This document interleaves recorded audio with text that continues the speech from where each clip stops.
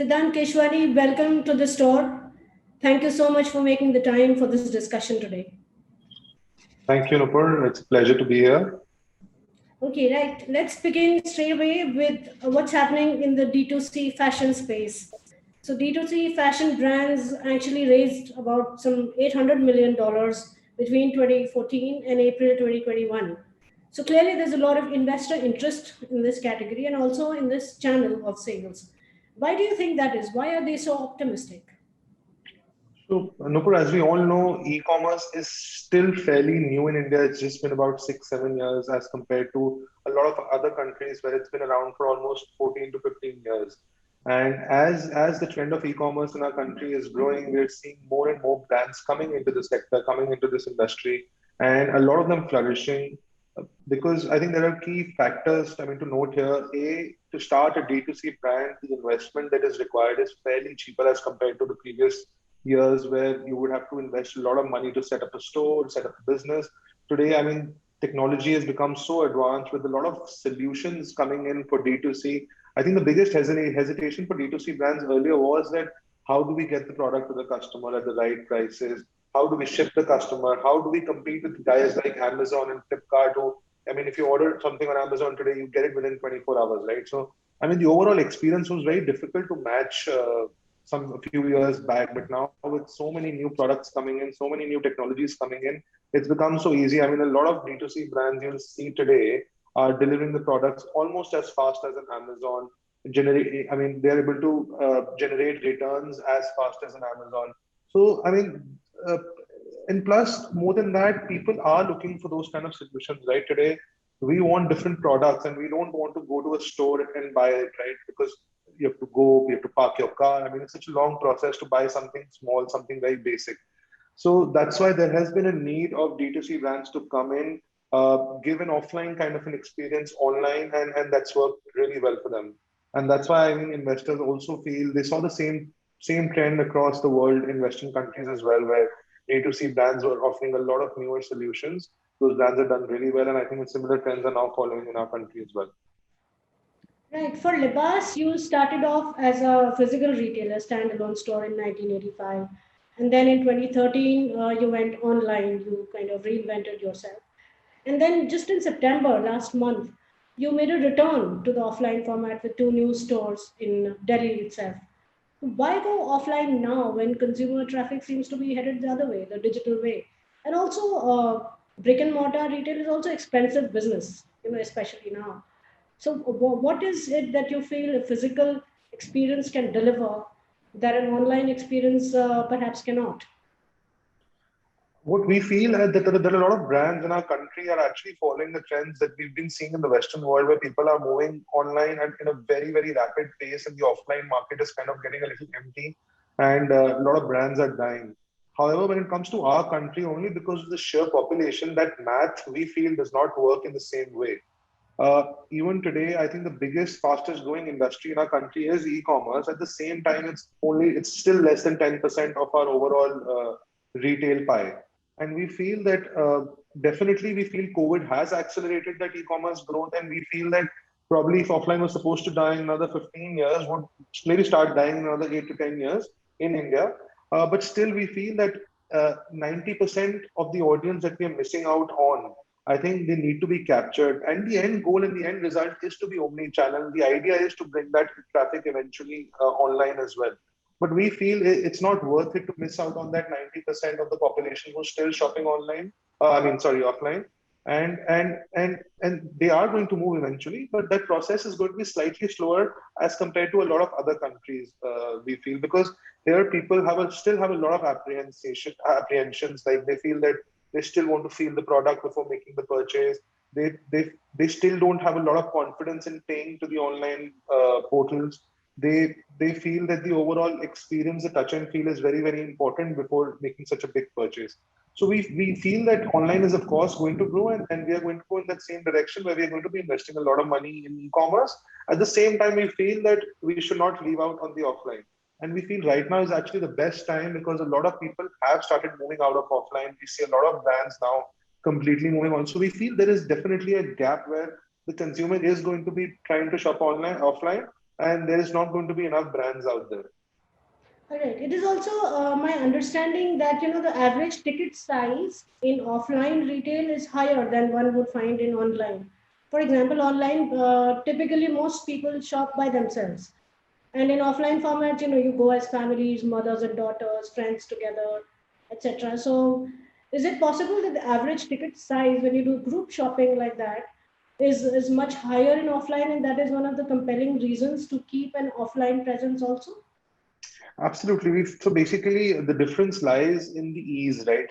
So e-commerce is very, very easy to shop on. So if today you want to buy something, it can be a split shopping, right? You buy something today, you can still wait another day or two to decide about the rest of the things. But when you actually move out to shop offline, you don't do that very often. It's like an event these days, right? As a family, you go out, it's an evening for you, and you end up shopping a lot more because there's a lot of revenge buying as well. That probably you've been sitting at home for so long. When you go out, you just want to shop everything that you need. Whereas in e-commerce, there is comfort. You know that if I buy something today, I don't need to buy 10 things in one go, right? I can still again shop maybe 2 days later or 3 days later. So definitely the average ticket size is of course much higher in offline as compared to e-commerce. All right. One of the challenges for digital-led brands is, bridging that experience gap from, sourcing to fitting to customer service to styling, many of which can be done in offline. So basically, the problem here is to deliver an online experience that gets as close as possible to an offline format. How are you working your way around this? So that is what most D2C brands are doing today, because that's actually the major difference why people are also sometimes preferring to shop from direct to the on the brand website as compared to an Amazon or a Myntra, because over there you don't get that kind of an experience, right? But as these D2C brands are growing, technology is also growing with them, and a lot of newer elements are coming into play. For example, ourselves, I mean, we are introducing a couple of new services. We're introducing our new loyalty program, which is going to go live sometime next month. And as a loyal customer, we are providing these kind of services, which is going to be a personal stylist to one of our tier members. And along with that, there's going to be an assigned person who's going to be assigned to you permanently for your shopping. For example, you have smaller questions, like a lot of people have this question: that is my order going to be? So people want that comfort, like an offline store where there is a salesman answering those questions, right? So we are trying to give that similar experience online as well. We have small questions like, when will my order come? How do I return it? So people still find it uncomfortable to send an email, then get a reply. That's how WhatsApp integrations are going to be really, really big in our country, especially for D2C brands in the coming months. And that's where most of our bets are going to be at. Right. As we speak, there are some 100 plus D2C fashion brands, and that number really rises literally every month. So obviously, this means there's enormous potential for the sector, but it also means there's cutthroat competition out there as well, especially with the larger companies also now boosting their online plays. How do you ensure long-term growth in this environment? See, e-commerce, like we said, is one of the fastest growing industries today in our country. And ethnic wear, particularly today, stands at about, I think, the market share of ethnic wear in e-commerce is about $17 billion, and it's only going to grow to $25 billion by 2025. And definitely there is massive growth potential. And apart from that, how you stay alive in the competition, one of the main ways to do that is by creating customer loyalty. We've been able to do that for the past 6, 7 years in our life. I mean, in our journey with e-commerce. In fact, we have one of the highest customer return rates, which stands at about 42%, which is unheard of for most brands, especially in e-commerce. And loyalty programs, just things to kind of keep the customer engaged with the brand. And that's why we are doing a lot of activities on social media and otherwise to keep the customer engaged, so that we don't lose out on that customer. And we take customer data very, very seriously. So we work on a lot of trends and data that we gather from our previous customers and our market reports as well. And we make sure that we implement those things in our collection, so that we are not out of fashion or we are not out of the market and things like that. Which actually brings me to my next question. So, the in terms of CX innovation and social commerce, there's plenty happening, and it's very, very rapidly evolving space. So there's influencer-led live commerce happening. There's a lot of action happening there. Can you touch upon some of the key innovations that you are rolling out in terms of the CX side and the retail side of things? Of course, being an e-commerce brand, we know the power of social media and we know the power of social commerce. And being an omni-channel brand now, we know that this is going to be key for us going forward. So we've planned a lot of events with social influencers in store and on social media as well. In fact, during our launch, we had a very good event, very big event where we had involved a lot of influencers who did store walkthroughs so that the customer could experience product visually sitting at home, which would inspire them to go out and have the same experience at the store as well.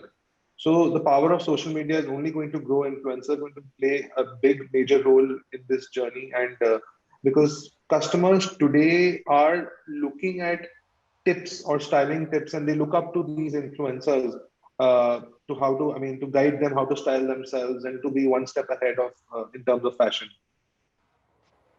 Okay. You actually did touch upon, some of the differences that a marketplace model as versus your own website e-commerce omni-channel model offer. So some analysts believe that marketplaces for a brand starting out who start out on marketplaces are likely to hit profitability faster than the D2C route. In short, the numbers basically make more sense on a marketplace. But on the other hand, there's the downside is that you don't get that complete experience on a marketplace, like you yourself pointed out. And also, I think the possibility of commanding loyalty is higher through your own channel, right? But apparently, for the math to work in terms of profitability, you need a repeat purchase rate of 20 to 30%, right? What is your analysis on the numbers? Market it's very similar to our journey. Our journey also started as a marketplace brand only, and in fact, we didn't have our own B2C website till about 2019. And what's different, unlike most other brands, what happens is that the biggest challenge in e-commerce is to acquire customer.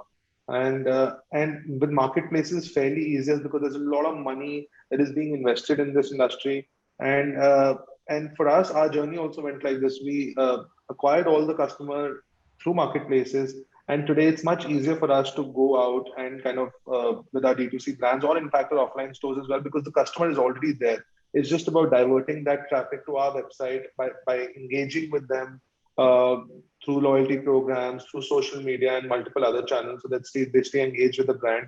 And that's actually been the reason for our success or for our high repeat rate, is because people are well aware of the brand through marketplaces. But now that we have our own website, we're able to give them better experience, better value, and stay engaged with them. Okay, let's come to the product side of things. Ethnic wear is a very largely seasonal category. It is very high numbers in certain periods, festive, wedding, and then not so good average numbers in other periods of the year. Now, the challenge is to build year-round sales traction, right? In order to remain relevant, profitable. How are you working your merchandise innovation to keep yourself relevant and keep the numbers coming in through the year? So that's how actually our e-commerce journey started.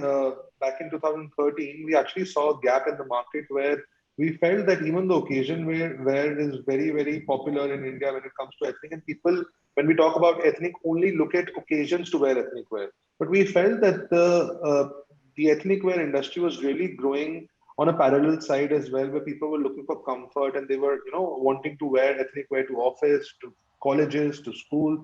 I mean, various different. I mean, not just occasion. So that's where we entered into the e-commerce market, and we completely reimagined the brand at that time, and we moved from occasion wear to 80% of. So today, 80% of our lines are casual wear, daily wear, where people are buying libas to go to office, to go to college, and that's where the move has been. So we're actually a year-round brand. So we don't have particular phases where we are doing better than other months, because our product is, I mean, you can use it 12 months around, whole year round. Right. So festive wear, occasional wear would comprise how much percentage of your total merchandise portfolio? About 30 to 40%.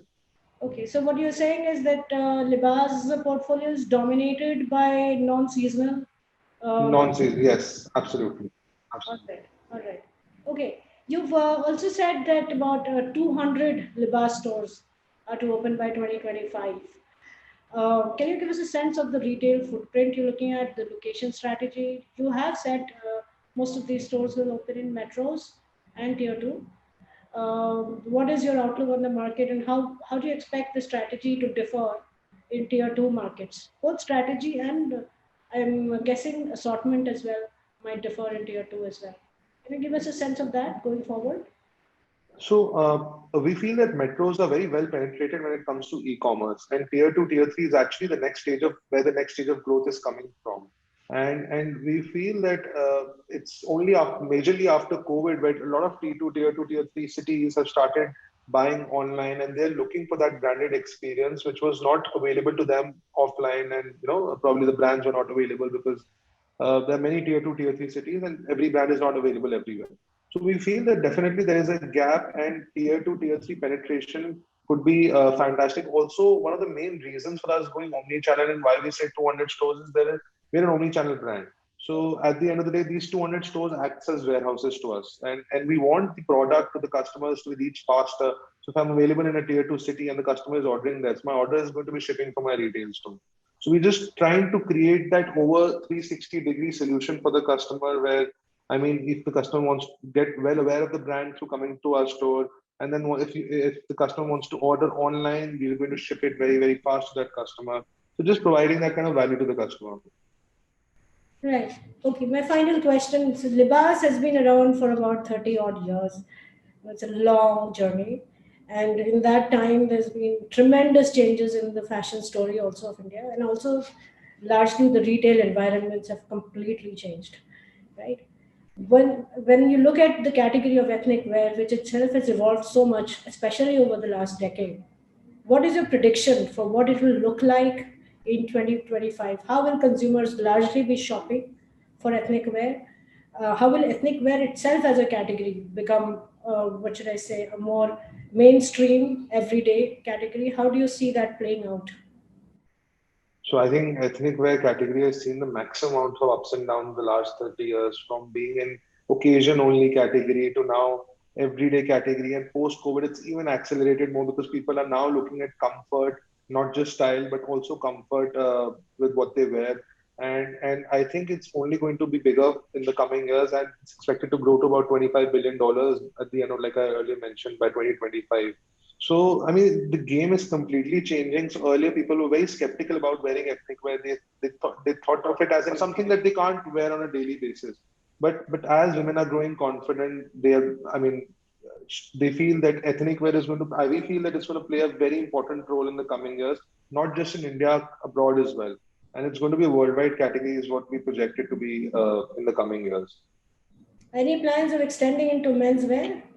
We are extending into a lot of newer categories. In fact, we just launched our plus size brand, which is called Extra Love by Libas. And we've ventured into a lot of newer categories like kids wear, which is going live sometime end of October. And apart from that, we launched sarees, which was not a part of our portfolio earlier. So we are also venturing into a lot of newer categories. This spring summer collection, we are even venturing into ethnic loungewear, which is something that is not very, very big at the moment because there's not a lot of brands who are doing that, but we feel that there is tremendous scope in that category as well. Menswear is something that we want to do eventually, but it's not a part of our near future plan because it's a completely different category. You have to target a completely different audience for that. So we feel it's not the right time to do that, but eventually, maybe in a few years, yes. All right. Siddhant, thank you so much for being on the store and for sharing all those insights. It's been great talking to you. Thank you, Nupur. Lovely talking to you as well. Thank you.